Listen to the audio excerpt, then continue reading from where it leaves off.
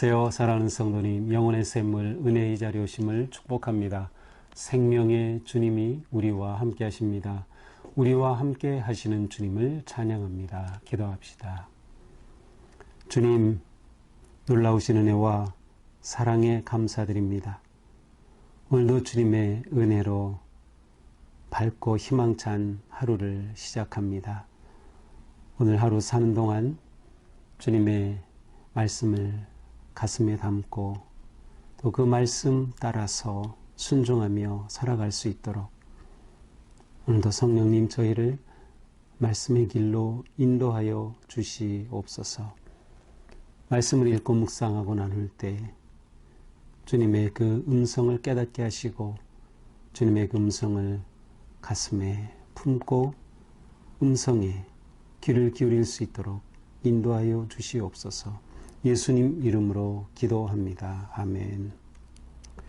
오늘 말씀은 예레미야 26장 16절에서 24절입니다. 고관들과 모든 백성이 제사장들과 선지자들에게 이르되 이 사람이 우리 하나님 여호와의 이름으로 우리에게 말하였으니 죽일 만한 이유가 없느니라. 그러자 그 지방의 장로 중 몇 사람이 일어나 백성의 온 회중에게 말하여 이르기를 유다의 왕 히스기야 시대의 모레셋 사람 미가가 유다의 모든 백성에게 예언하여 이르되 만군의 여호와께서 이와 같이 말씀하시느니라.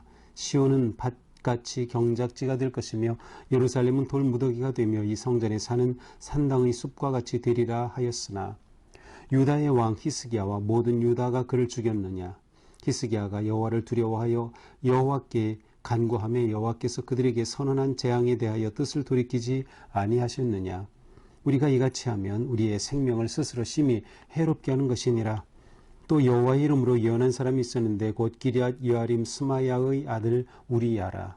그가 예레미야의 모든 말과 같이 이 성과 이 땅에 경고하여 예언하며 여호야김 왕과 그의 모든 용사와 모든 고관이 그의 말을 듣고서 왕이 그를 죽이려 하며 우리야가 그 말을 듣고 두려워 애굽으로 도망하여 간지라.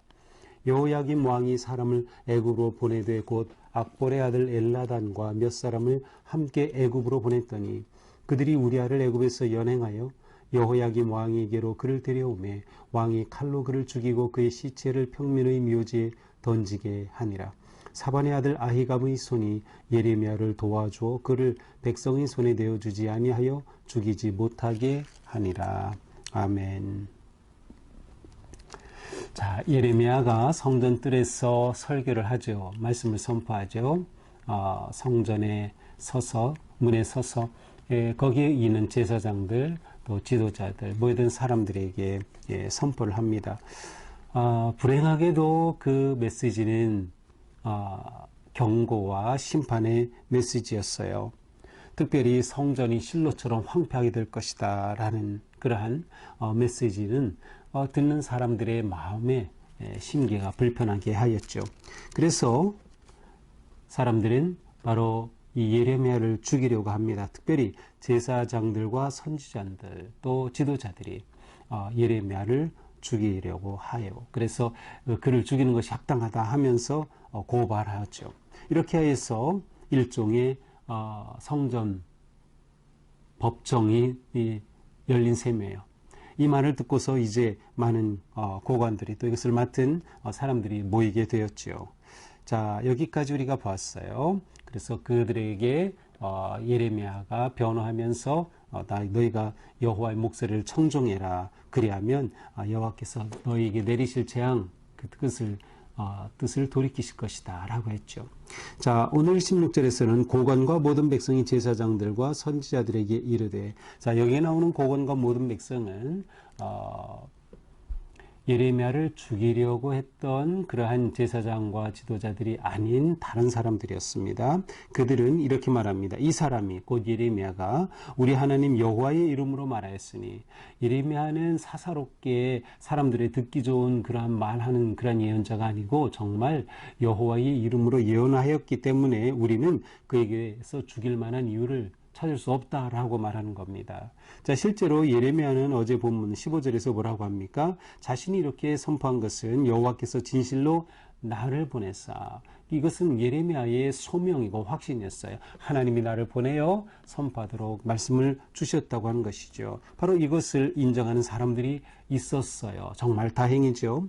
예레미야를 죽여야 하겠다라고 하는 사람들이 있는가 하면 이처럼 예레미야에게서 죽일 이유가 없다라고 말하는 사람들이 있었어요. 그러면서 지방의 장로 중 몇 사람이 일어나, 여기서는 이제 지방에서 온 그러한 대표들이죠. 아주 지방의 유력자들이에요. 그들이 일어나서 또 사람들에게 말하기 시작합니다. 18절이죠. 유다의 왕 히스기야 시대 모레셋 사람 미가가 예언을 한 적이 있다. 자, 이 미가 선지자는 주전 730년 전으로 해서 남유다에서도 활동하고 또 북이스라엘에서도 활동하였던 때예요. 이때는 북이스라엘이 망하기 전이었어요. 바로 한 10여 년 전이죠. 북이스라엘이 주전 721년에 멸망했고 미가는 바로 그 어간에 활동했던 사람이에요. 그러니까 지금으로부터 약 100년 조금 더 된 그러한 전의 사건이죠. 그런데 놀랍게도 이 지방 장로들이 바로 이 미가에 관련된 사건을 기억하고 있는 겁니다. 특별히 미가의 예언과 그 예언에 대한 반응이 어땠는가를 기억하고 있는 거예요. 100년 전의 일을. 자, 그러니까 이 지방 장로들은 바로 이 예언을 기억하고 또 보존하고 또 전승해 주는 그런 놀라운 역할을 하고 있음을 볼 수 있습니다. 자, 그때 미가가 이렇게 예언하였다는 것이에요. 시온은 밭같이 경작지가 되고 예루살렘은 돌무더기가 되고 성전은 산당의 숲과 같이 되리라.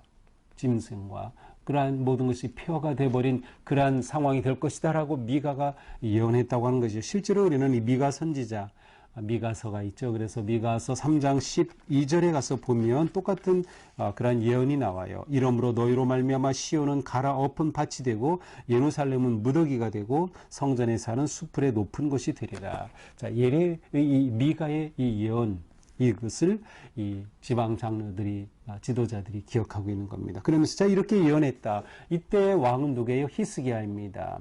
그런데 히스기야가 이 미가의 예언을 듣고 정말 하나님 앞에 돌이킨 겁니다. 하나님 앞에 회개한 겁니다. 하나님을 두려워하여 하나님께 오히려 기도한 것입니다. 그 결과 어떻게 되었어요? 하나님께서 선언했던 재앙을 돌이키신 거예요. 재앙을 내리지 않고 돌이키셨다. 자, 이런 사건이 있다. 그러므로 만약 우리가 예레미야를 죽인다고 하면 이것은 우리의 생명을 스스로 심히 해롭게 하는 것이다. 우리 스스로가 우리를 죽이는 것과 같은 일이다 라고 말하는 겁니다. 자, 놀랍게도 예레미야 편에서 또 예레미야를 인정해 주며 예레미야를 돕는 그러한 사람들이 나타난 것이죠. 자, 20절 이하에서는 또 한 사람이 소개됩니다. 그런데 20절부터 23절까지는 이게 누가 한 말인지 정확하지 않아요.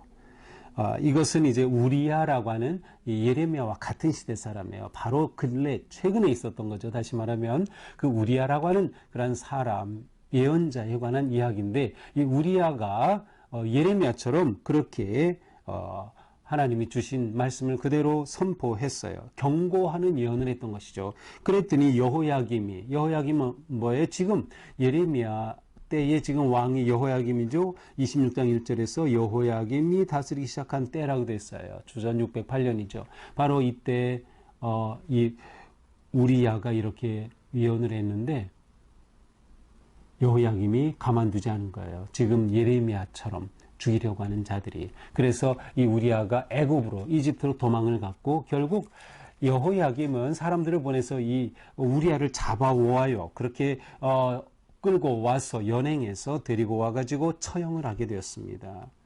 이 끔찍한 사건이 바로 근래에 있었던 거죠.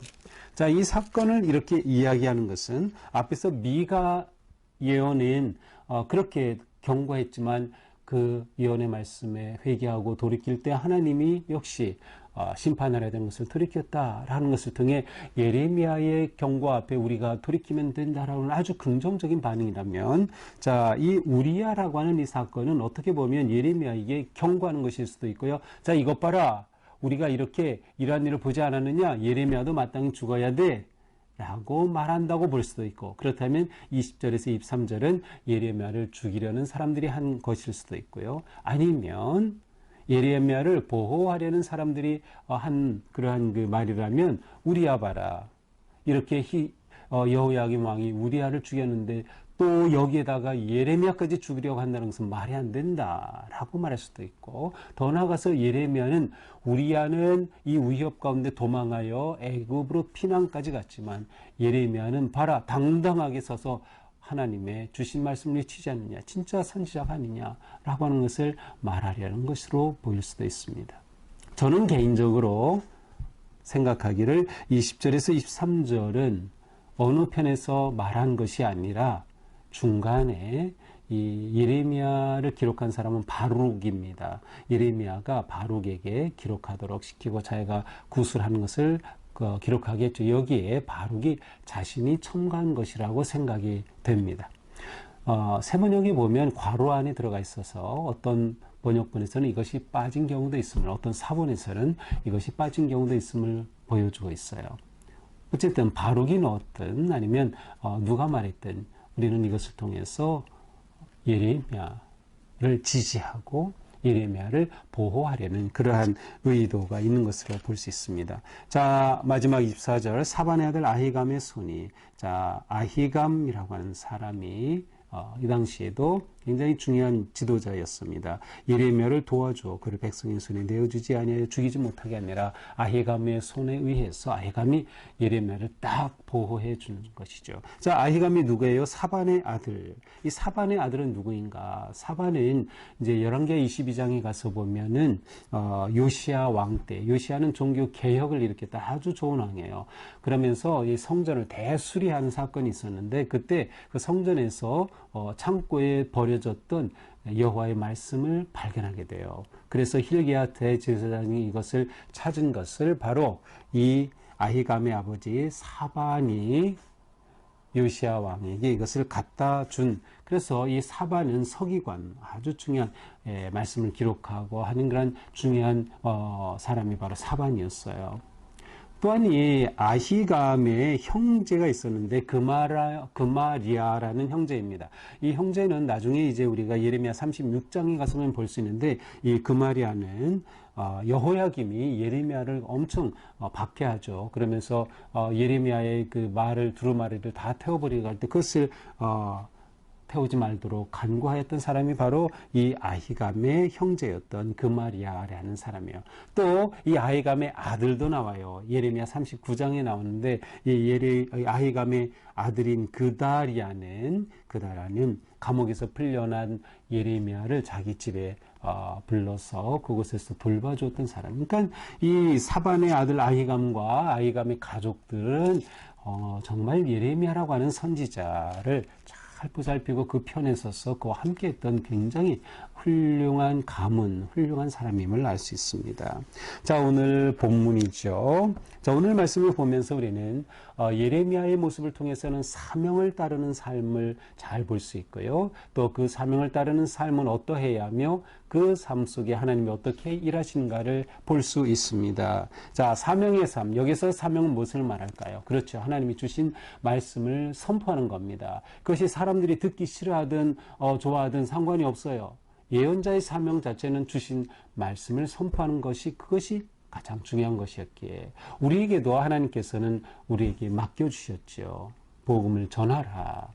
생명의 복음을 전파하라. 그러므로 우리는 때를 얻든지 얻지 못하든지 말씀을 선포하는 삶, 구원의 복음을 전하는 삶을 살아야 되는 거예요. 이것을 사람들이 긍정적으로 받아들일 수도 있고 싫어하고 미워할 수도 있어요. 그러나 우리는 어떤 상황에서도 타협 없이 담대하게 예수님이 구원자 되신다고 하는 것을, 예수님이 진정한 복음이라고 하는 것을, 예수님만이 우리를 구원하시고 살리신다고 하는 것을 자신 있게 떳떳하게 용감하게 선포해야 한다라는 거죠.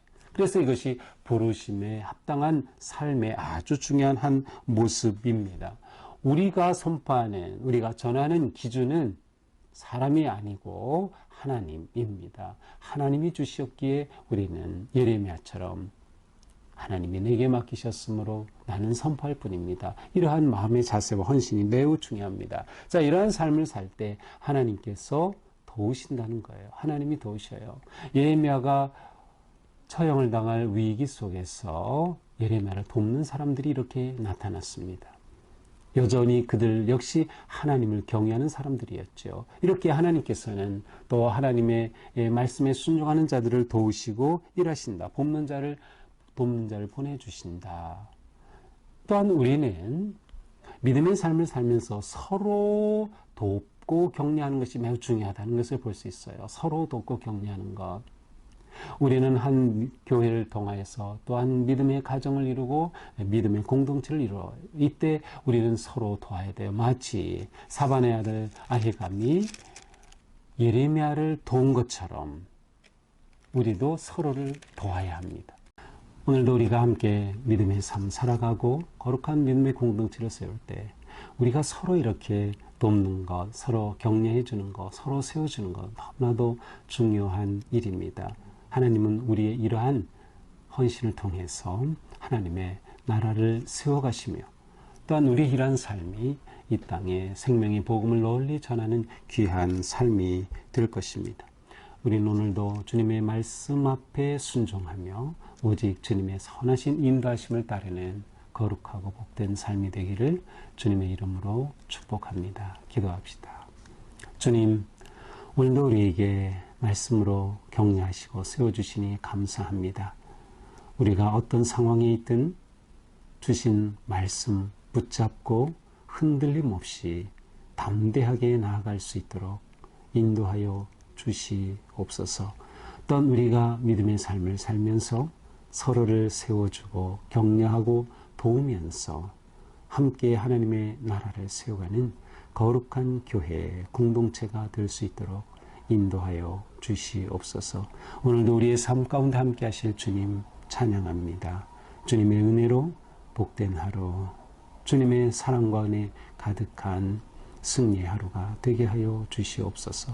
예수님 이름으로 기도합니다. 아멘. 네, 오늘도 주님의 은혜 안에서 우리 삶이처럼 거룩하고 아름답기를 축복합니다. 사랑합니다.